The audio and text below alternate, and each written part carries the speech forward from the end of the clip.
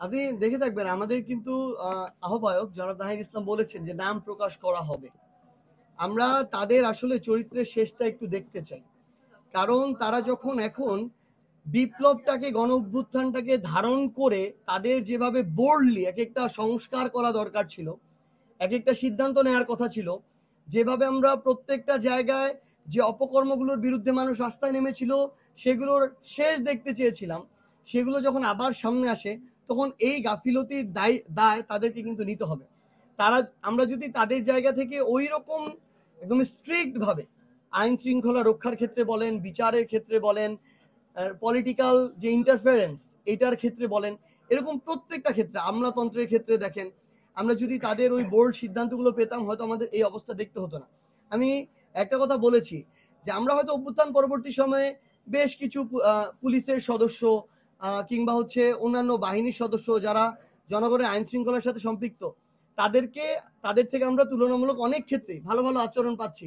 কিন্তু আবার আমরা এমনও দেখছি যে এখন এমনও অনেক পুলিশ আছে, পুলিশ সদস্যের অফিসার আছে যারা তাদের জায়গা থেকে এখন আবার নতুন করে টাকা ছাড়া কাজ করেন। সো আলটিমেটলি তাহলে আপনি তার বিরুদ্ধে ব্যবস্থা নিতে পারেন নাই। আপনি যদি বলেন যে না আমি জানি না, আমার কাছে তথ্য না, এভিডেন্স, তাহলে আপনি আসেন কেন? আপনার গোয়েন্দা সংস্থা আছে কেন? যদি আমার এভিডেন্স দিতে হয় তাহলে আপনি কি কাজ করেন? তো এই জায়গাগুলোতে আমরা যেটা দেখেছি সবচেয়ে সমস্যাটা হয়ে গেছে গোড়ায় কিভাবে অভ্যুত্থান পরবর্তী বাংলাদেশে সিভিল সার্ভিস থেকে শুরু করে প্রশাসন, পুলিশ থেকে শুরু করে বিভিন্ন বাহিনীতে যদি 1000ও কালপ্রিট থেকে থাকতো, যে দলীয় বাহিনী হিসেবে কাজ করেছে, আওয়ামী বাহিনী হিসেবে কাজ করেছে, যে মানুষের সাথে অন্যায় করেছে, তাদের বিরুদ্ধে যদি দৃশ্যমান বিচার হতো, ব্যবস্থা হতো, তাহলে অবস্থা দেখতে হতো না। তারা প্রথম ফেল করেছে ওই অগাস্ট সেপ্টেম্বর মাসে। তারা এই ব্যবস্থাটা নিতে পারে না, এখন পর্যন্ত তাদেরকে পেলে পুষে রেখেছে। তারা এতদিন চুপ ছিল, এখন দেখছে যখন কিছুই হচ্ছে না, তারা এখন তাদের আগের কাজে করা শুরু করেছে। এই জন্য আমরা মনে করি যে আমাদের যারা উপদেষ্টারা আছেন তারা হয়তো ভাবছেন যে এখন তাদের পক্ষে হয়তো বা আবার ওই বোল্ড হয়ে যে সিদ্ধান্তটা নেওয়া দরকার ওইটা করা সম্ভব নয়। এই জন্য তারা কিভাবে সসম্মানে এখান থেকে একটা নির্বাচনের মধ্যে দিয়ে যেতে পারেন হয়তো এই চিন্তা করছেন। কিন্তু ব্যাপারটা হচ্ছে নির্বাচন দিয়ে দিলে সম্মান বেঁচে যাবে, এই চিন্তা যেন তারা না করে।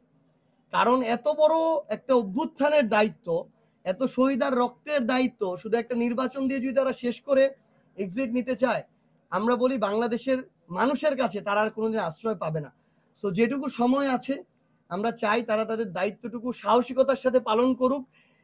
এভাবে চুপি চুপি চলে যাওয়ার চেয়ে, দায় সারা চলে যাওয়ার চেয়ে সসম্মানে যদি একটা দেশের মানুষের জন্য কিছু করে বরং নিজে ক্ষতিগ্রস্ত হয়, ওই ক্ষতিগ্রস্ত হওয়াটাও সম্মানের। আমরা তাদেরকে আহ্বান করব তারা যেন অভ্যুত্থানটাকে ধারণ করে তাদের সিদ্ধান্তগুলো বাস্তবায়ন করে। আপনাদের থেকে ভাই একটা জিনিস খুব আশা নিয়ে বলছি, গুঞ্জন শোনা যায় এটা আমরা আমরা আর শুনতে চাই না ভাই। আমরা শুনতে চাই উনি এটা করেছেন, আমাদের কাছে এভিডেন্স আছে। এই বিষয়ে আপনারা তার মতামত জানতে চান, এই বিষয়ে এনসিপির মতামত জানতে চান, একজন উপদেষ্টার বিষয়, তিনি একজন উপদেষ্টা, আমরা এনসিপির প্রতিনিধি হিসেবে কথা বলছি।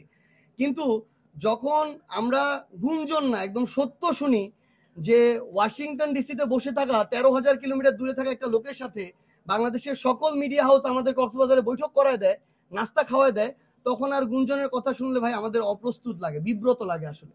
তো আমরা আপনাদেরকে আহ্বান করব, অবশ্যই আপনি যেটা বলছেন এটার একটু এভিডেন্স কালেক্ট করে আপনার সরাসরি তাকে প্রশ্ন করবেন। সে যদি এরকম যে কোনো ধরনের ব্যর্থতার দায়ের সাথে সম্পৃক্ত থাকে অবশ্যই তার এর জন্য জবাবদিহি করতে হবে একজন উপদেষ্টা হিসেবে। আমাদের যে জুলাই সনদ, এটার আমরা আইনগত ভিত্তি পাই, যেই ভিত্তির মধ্য দিয়ে আমরা আগামীর যে নির্বাচন, সে নির্বাচনের দিকে যাব। এবং আমরা যদি দৃশ্যমান বিচার দেখতে চাই ভাই, আপনি আমাদেরকে 1000 মামলার রায় দিয়ে দিতে পারবেন না, আমরা এটা বুঝি। কিন্তু আপনি যদি আমাদেরকে গুরুত্বপূর্ণ কিছু মামলার 50-100 আসামি যারা খুনের সাথে সরাসরি সম্পর্কিত, যাদের নির্দেশে হত্যাযজ্ঞ হয়েছে, আপনি যদি ওই শেখ হাসিনা, কামাল, আরাফাত, পলক এদের আপনি বিচারের রায় কার্যকর আমার সামনে না দেখাইতে পারেন, তাহলে আপনি কিভাবে প্রত্যাশা করেন যে বাংলাদেশে সবকিছু বাদ দিয়ে খালি একটা নির্বাচনের দিকে সবাই চলে যাবে? এটা সাধারণ মানুষও তাদের জায়গা থেকে মেনে নিবে না।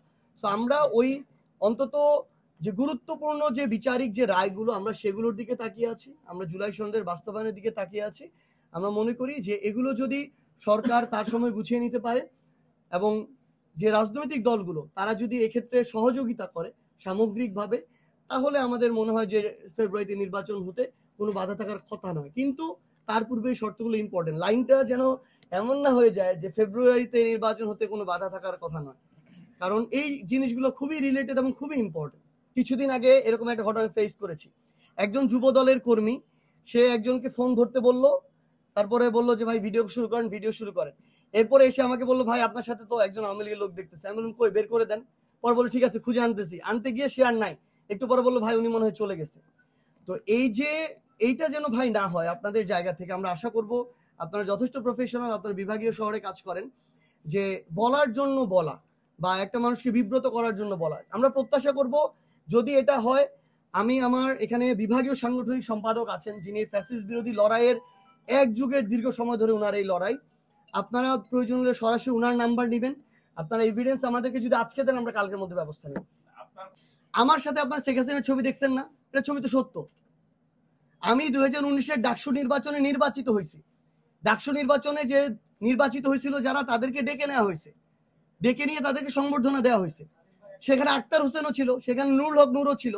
তো সেই ছবি দিয়ে যদি আপনি আমাকে জাজ করেন সেটা তো হবে না। আপনি আমার অভ্যুত্থানের অবস্থান দেখেন, এক। 2 নাম্বার, আমার সাথে আপনারা আরো ছবি দেখবেন, সাদ্দাম হোসেনের ছবি দেখবেন।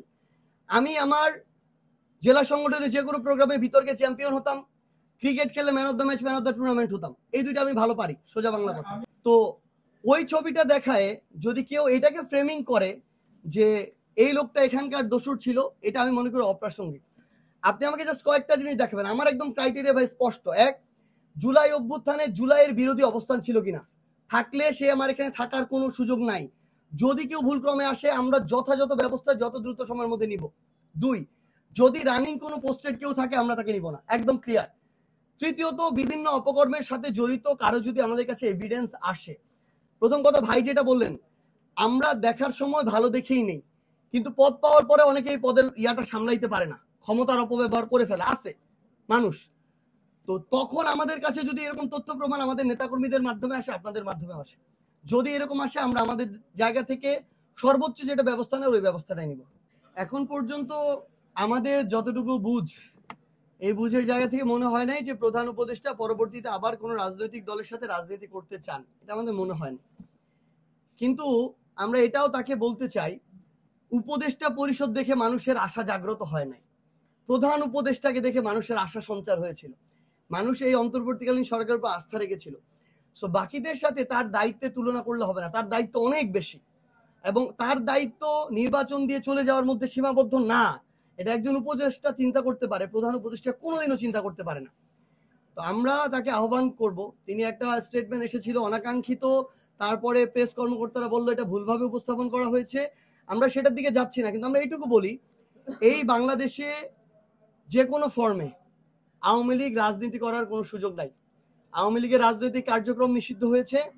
আওয়ামী লীগকে দল হিসেবে তাদের মার্কা, তাদের নিবন্ধন আইনগত প্রক্রিয়ায় নিষিদ্ধ করতে হবে, এটা আমাদের স্পষ্ট অবস্থান।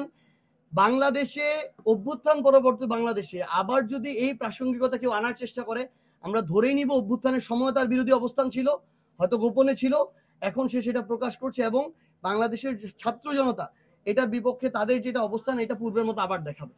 প্রক্রিয়া যেটা জামায়াতের পক্ষ থেকে কথা এসেছিল, সাজেশন, আমরা বলেছিলাম এটার মোস্ট সাস্টেইনেবল ওয়েটা হচ্ছে গণপরিষদ নির্বাচন। গণভোট একটা দিয়ে দেওয়া হইলো, গতকালকে আলোচনা হচ্ছিল নির্বাচনের দিন দিয়ে দেওয়া হবে, নির্বাচনের দিন দিয়ে দেওয়া হইলো, গণভোট ধরেন হইলো না, গণভোটটা নেগেটিভ রেজাল্ট আসলো, অনেকভাবে এটা আনানো যায়, মেকানিজমের শেষ নাই। যদি আনানো হয় এটা, তখন তার মানে কি বাংলাদেশের মানুষ এটা সংস্কারটা চাইতেছে না? এক। দ্বিতীয়ত, ধরেন এটা পজিটিভ হইলো, রাজনৈতিক দল জাস্ট একটা ম্যান্ডেট পাইলো যে এটা পজিটিভ, উনি এটা বাস্তবায়ন করলো না, উনি বললো আমার তো এখানে এখানে গুরুত্বপূর্ণ জায়গায় নোট অফ ডিসেন্ট ছিল, আমি তো এটাতে একমত হই নাই, সো আমি এটা পালন করতে বাধ্য না, আমি বাকিগুলো করে দিতেছি, তাহলে তো হইল না। সো এটার বেস্ট সাস্টেইনেবল ওয়ে হচ্ছে গণপরিষদ নির্বাচন, যেখানে এই জোড়াতালি দেয়া বিগত 54 বছরের যে সংবিধান, আধিপত্যবাদ চেপে বসা যে সংবিধান, বাকশালী চিন্তা ভাবনার বহিঃপ্রকাশ ঘটানো যে সংবিধান, আমরা মনে করি এই জোড়াতালির মধ্য দিয়ে এই সংবিধান একটার পর একটা রক্তের ইভেন্ট উপহার দিয়েছে, এর বেশি কিছু আমরা পাই নাই। আমরা চাই না আরেকটা 24 আসুক, এই জন্য আমরা চাই এই সংবিধানটাকে বর্তমান বাংলাদেশের সামগ্রিক প্রেক্ষাপট, জনগণের চাওয়া পাওয়া সবকিছুর উপরে ভিত্তি করে এই যে সংবিধানটা, আমাদের এই সংবিধানটাকে নতুন করে আরেকটা নতুন গণপরিষদের মাধ্যমে লেখা হোক, যে সংবিধান বাংলাদেশকে, বাংলাদেশের মানুষকে ধারণ করবে।